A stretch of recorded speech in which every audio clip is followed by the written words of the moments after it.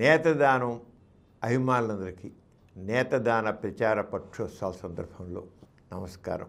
నేను మీ doctor సమరాన్ని. స్వేచ్ఛాగోర I బ్యాంక్కి executive డైరెక్టర్గా ఉన్నాను. స్వేచ్ఛాగోర ఐ బ్యాంకు ఏర్పాటు చేసి 30 సంవత్సరాలు పూర్తయ్యాయి.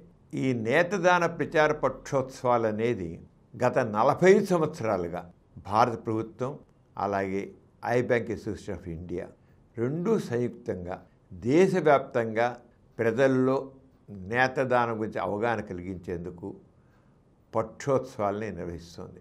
ఎప్పుడంటే ప్రతి సంవత్సరం ఆగస్టు 20 నుంచి సెప్టెంబర్ 8 వరకు. ఈ సందర్భంలో మరి ప్రజలందరికీ నేతదానం గురించి అవగాహన కలిగించడం కోసమని మీ అందరి ముందు కొన్ని విషయాలు పెట్టదలుచుకున్నాను. నేతదానం అనేది ఎవరు చేస్తారంటే చనిపోయిన వాళ్ళ నేత్రాలు దానం చేయడం జరుగుతుంది.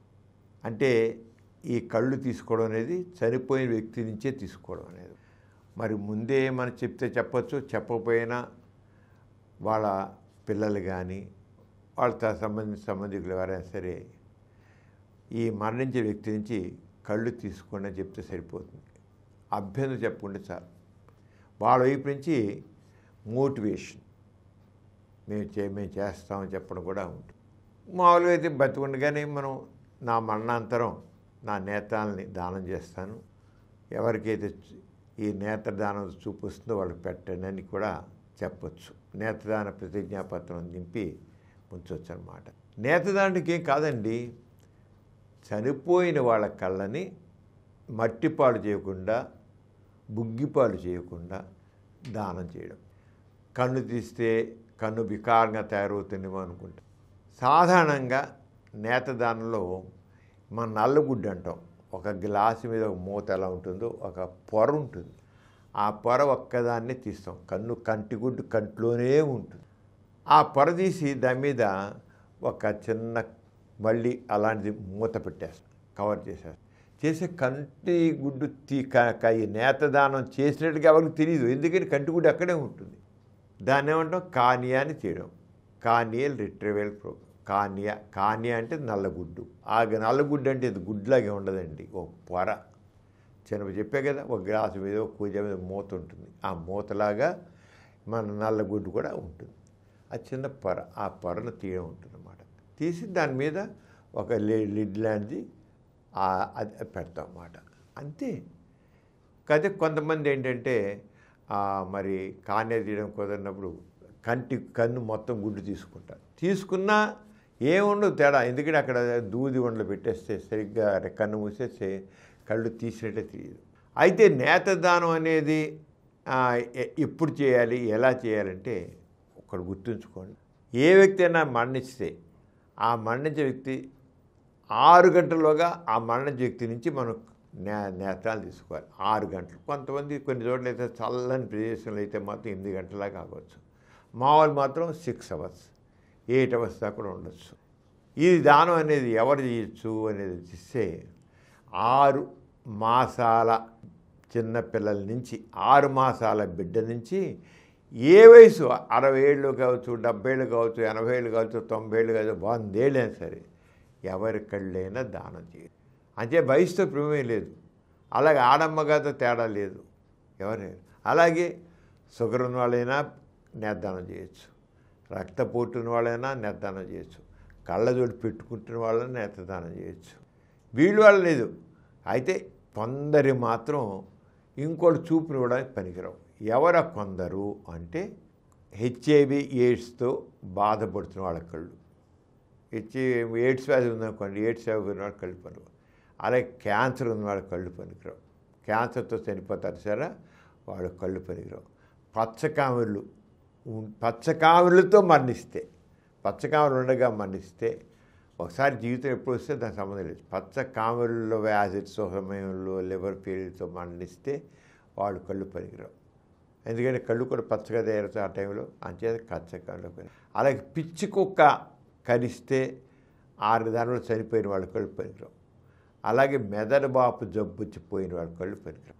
అలాగే ఒక హార్ట్ అటాక్తో పోయారనుకోండి వాళ్ళ కళ్ళు పనికి. అలాగే బ్రెయిన్ స్ట్రోక్తో చనిపోయారు అనుకోండి వాళ్ళు కళ్ళు పనికి వస్తాయి.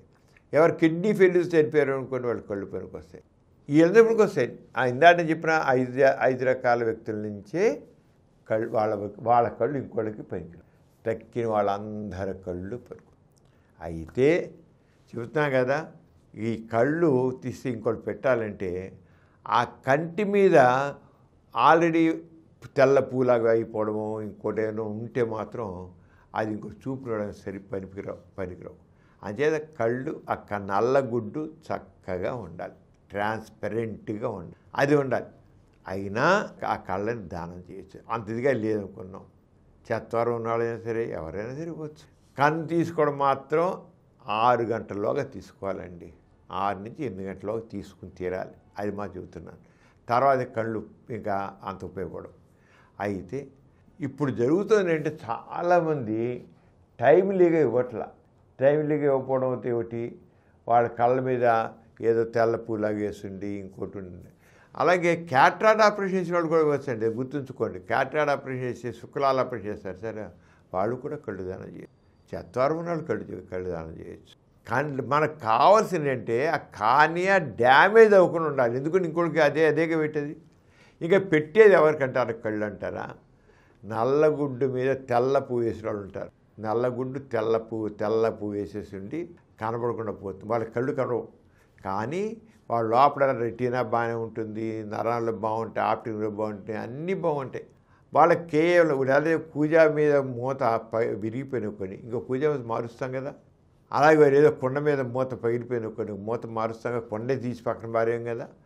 ఆరంగానే ఇక్కడ మనం ఆ కన్ను మీద ఎవరికైతే కంటి కేవలం నల్లగుడ్డు పొర ఏదైతే పాడవుతుందో వాళ్ళకి ఇది తీసి పెడతాం అంతే. ఇంకేం సింపుల్గా పెట్టి చుట్టూత కుట్టేస్తే మళ్ళీ పెట్టి తీసిన మన్నాడు దానికి కట్టు తీస్తే లోకం బ్రహ్మాండంగా పడుతుంది. కొంతమంది పుట్టుకతోనే గుడ్డి వాళ్ళు ఉంటారు. ఆ నల్లగుడ్డు పాడైపోయి వాళ్ళు పుట్టుకతోనే జెనెటిక్ డిఫెక్ట్ ఉంటుంది. వాళ్ళు జన్యుపరంగా డిఫెక్ట్ ఉండి పుట్టుకతోనే కార్నియా కనబడి స్థితిలో ఉంటుంది. పుట్టుగుడ్డి అంటారు వాళ్ళు. లేదా చిన్నప్పుడు పుట్టుతూనే కళ్ళల్లో ఇన్ఫెక్షన్ వచ్చి వైరల్ ఇన్ఫెక్షన్ వచ్చి ఇంకోటి వచ్చి తెల్లపు వేస్తుంది. వాళ్ళు పుట్టుకుతున్న కళ్ళు కనబడవు. లేదా కొంతమందికి పొలాల్లో పనిచేసే ఒరిగా వస్తుంటే ఇలా అంటే వెనకాతలో కళ్ళకి వరి తగిలి కంటి నల్లగుడ్డు గాయం అయ్యి వాడు చూపు పోతుంది. వాళ్ళకి మరి డ్యామేజ్ ఏంటి? నల్లగుడ్డు డ్యామేజ్ అయింది అంతే, ఇంకేం డ్యామేజ్ వల్ల. కానీ కన్ను కనకుండా పోతుంది. అలాగే గాయాలు అవుతాయి. ఇప్పుడు చిన్నపిల్లలు బాణాలు సాడుతుంటారు. బాణాలు అదే కంటి వెళ్తూ కూడా కంటి నల్లగుడ్డు డ్యామేజ్ అయిపోతుంది. వీళ్ళందరికీ లోపల అన్నీ బాగానే ఉంటాయిగా, ఆ నల్లగుడ్డు ఒకటే ట్రాన్స్పరెంట్గా ఉన్నది ఒకటే డ్యామేజ్ అయింది.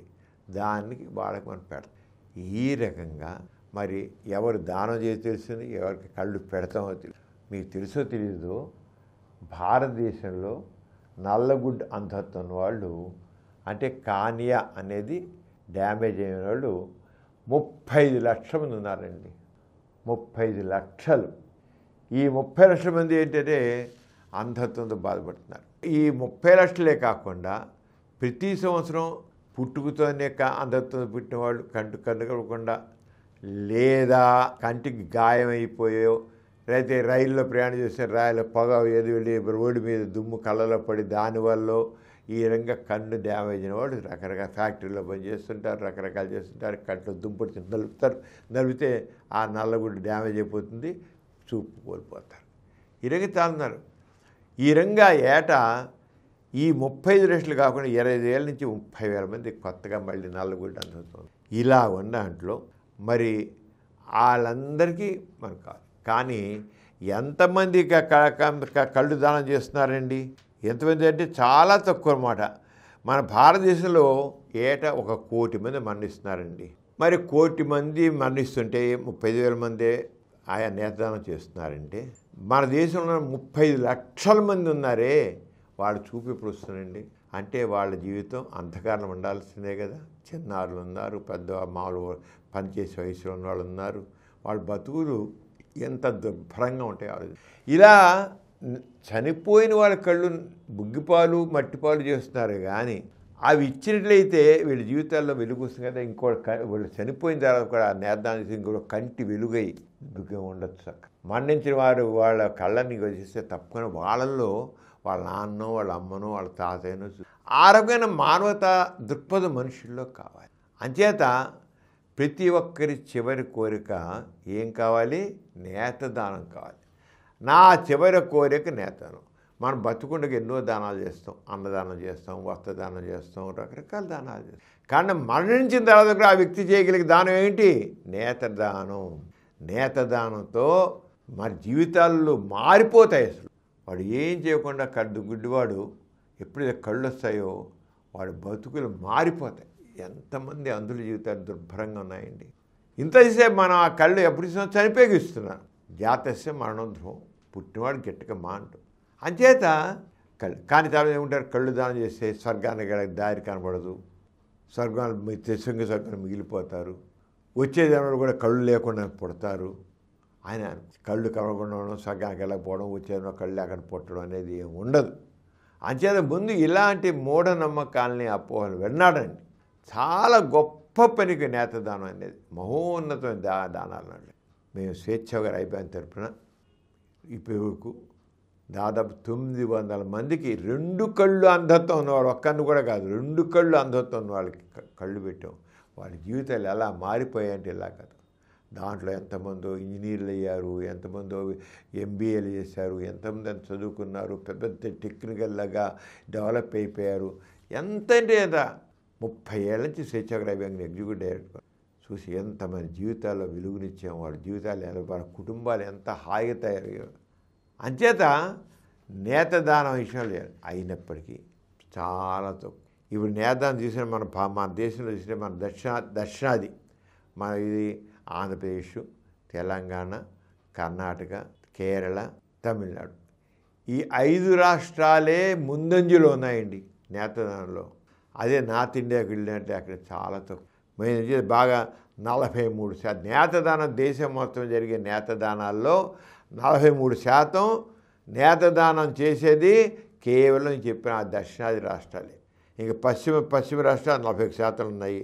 మిగతా ప్రాంతాలన్నీ 10%. అంత నేతదానం అంత తక్కువ. కేవలం అవగాహన రాహిత్యం. అందుకోసమే నేతదానం కప్పిది. అంచేత నేతదానం చేసి ఎవరైనా ఏ విషయాన్ని చేసి చెప్తా కదా. మేము స్వేచ్ఛాగ్రహి తరపున ఒక 80 ఏళ్ళ వృద్ధురాల యొక్క కళ్ళని 8 సంవత్సరాల అమ్మాయికి పెట్టాం. 80 సంవత్సరాల వృద్ధురాల కళ్ళు. ఆ అమ్మాయి ఎంత చక్కగా చదువుకుని ఎంత పైకి వచ్చింది. ఎంత జీవితాలు మారిపోతాయండి. అంచేత ప్రతి వాళ్ళు వాళ్ళ చివరి కోరిక నేతదానం. ప్రతివాడు ఎవరు చనిపోవాలని చిరంజీవులుగానే ఉండాలని కోరుకుంటాం. కానీ ఎవరు ఎలా అవుతుందో తెలియదు. మరణించడానికి మనం ఎవరు ఎప్పుడు బతుకుని మనుషులు ఎవరు చూడలేకపోతుంది. అంచేత నా మరణాంతరం నా నేతలు దానం చేయని చెప్పండి. మీరు అంచేత ఐ బ్యాంకుకి మీరు ఎక్కడున్నా మీ ఊళ్ళో ఐ బ్యాంకులో వెళ్ళి నా నేతలు దానం చేస్తాను చెప్పండి. లేదా మీ డాక్టర్కి చెప్పిన వాళ్ళు తెలియజేస్తారు, మీ ఫ్యామిలీ డాక్టర్కి. ఇక విజయవాడలో స్వేచ్ఛాగ్రహి బ్యాంక్ ఉంది. అది మా వాసన సింహంలోనే అది ఉంది. మీరకు వచ్చి అక్కడ మేము ఒక సర్టిఫికేట్ ఇస్తాం. నేతదానం చేసిన వాళ్ళకి ఒక సర్టిఫికేట్. ఆ సర్టిఫికేట్ మీ ఇంట్లో ఫ్రేమ్గేట్ పెట్టండి. మన ఫోటోలో ఫ్రేమ్గేట్ పెట్టండి. చూసి ప్రతి ఒక్కరు మీరు అప్రిషియేట్ చేస్తారు. మీ నేతదానం చేయడం అంటే మీలో మానవతా దృక్పథాన్ని తెలియజేసిన లెక్క. మీలో మానవత్వాన్ని తెలియజేయడం అవుతుంది. అంచేత నేతదానం విషయంలో కనీసం ఈ 15 రోజులు మీరు చేయండి. నేను చేశానండి నేతదానం, మరి మీరు తప్పకుండా చేయండి. చేస్తే మీలో మానవత్వం తెలుగురాదు. చెప్తున్నా కదా, నేను చేశాను, మీరు కూడా చేయండి. మనం అంధుల జీవితాలు వెలుగునిపుదాం. చక్కగా వాళ్ళు బతుకుని బాగుపడి చేద్దాం. వాళ్ళందరూ హాయిగా ఉంటే మన ఫ్యామిలీ మెంబర్స్ కాదు సంతోషం ఏమిటి. అంటే నేతదానానికి అందరూ ముందుకు రండి. అందరూ నేతదానం చేయండి. వాళ్ళ చివరి కోరిక నేతదానంగా చెప్పండి. మీ ఫ్యామిలీ మెంబర్స్ని మోటివేట్ చేయండి. అది చేసి మీలోని మానవతా దృక్పథాన్ని చాటుకోండి. సరేనా? మళ్ళీ చెప్తున్నాను, నేను చేశాను, మరి మీరు చేస్తారని నమ్ముతున్నాను. ఈ కార్యక్రమం మీకు ఎంతో నచ్చింది కదా. ఇటువంటి మరిన్ని వీడియోల కోసం అనతి కాలంలోనే 20 కోట్లకు పైగా వ్యూస్ సాధించిన సమరం ఛానల్ సమర్పించు సమరం హెల్త్ ఛానల్కు సబ్స్క్రైబ్ చేయండి, లైక్ చేయండి, మీ ఫ్రెండ్స్కి షేర్ చేయండి. అలాగే ప్రక్కనున్న గంట సింబల్ని ప్రెస్ చేయడం మర్చిపోకండి.